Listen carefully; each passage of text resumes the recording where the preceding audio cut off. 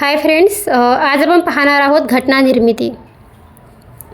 तर cabinet mission plan अर्थातच त्रिमंत्री योजना यांच्या तरतुदीमध्ये संविधान सभेची रचना करण्यात आलेली आहे.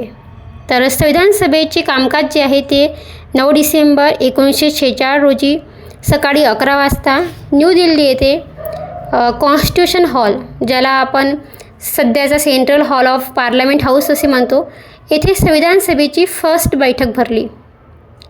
मुस्लिम लीगने स्वतंत्र पाकिस्तानाची मागणी केल्यामुळे लीगचे सदस्य बैठकीला हजर राहू शकले नाहीत. त्यामुळे केवळ 211 सदस्य बैठकीला हजर होते. आणि फ्रान्सच्या पद्धतीचे अनुसरण करून आपण ज्येष्ठ सदस्य असलेले डॉक्टर सिन्हा यांची संविधान सभेचे तात्पुरते अध्यक्ष म्हणून निवड करण्यात आली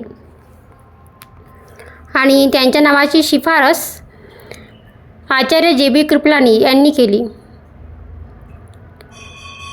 सच्चिदानंद सिन्हा यांनी तात्पुरते अध्यक्ष या नात्याने प्रथम USA, चीन आणि ऑस्ट्रेलिया या 3 देशांकडून आलेल्या सदिच्छा संदेशाचे वाचन केले.